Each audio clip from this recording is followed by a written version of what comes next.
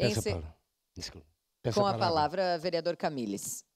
Senhora presidente, colegas vereadores, em primeiro lugar, gostaria de agradecer a presença do senhor Dirceu, filho do seu Darcy, do seu Sadi, desculpe. O senhor Sadi Mari nasceu em 22 de dezembro de 1932, em Fazenda Souza, Caxias do Sul, filho de Maria Cândida Catusso e Ernesto Mari. Na adolescência foi morar em Anarrec, onde estudou, trabalhou na roça e na pedreira. Em dezembro de 1953, casou-se com Luísa Pistori e foi morar em Santo Antônio de Anarrec. Tiveram 9 filhos: Jerônimo, Leda, Jaime, Roberto, Moacir, Ernesto, Dirceu, Marta e Odair.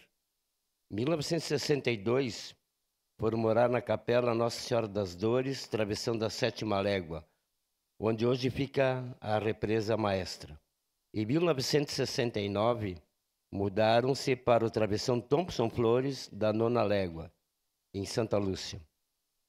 De 1982 até 1998, Sadi trabalhou na Prefeitura Municipal de Caxias do Sul como pedreiro e ali se aposentou.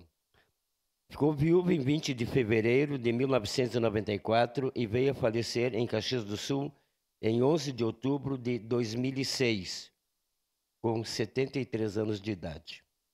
Sempre foi uma pessoa atenciosa e com muitos amigos na localidade onde morou nos últimos anos de vida. Pelo exposto acima, esperamos contar com a aprovação dos nobres pares. Era isso, senhora presidente. Muito obrigado.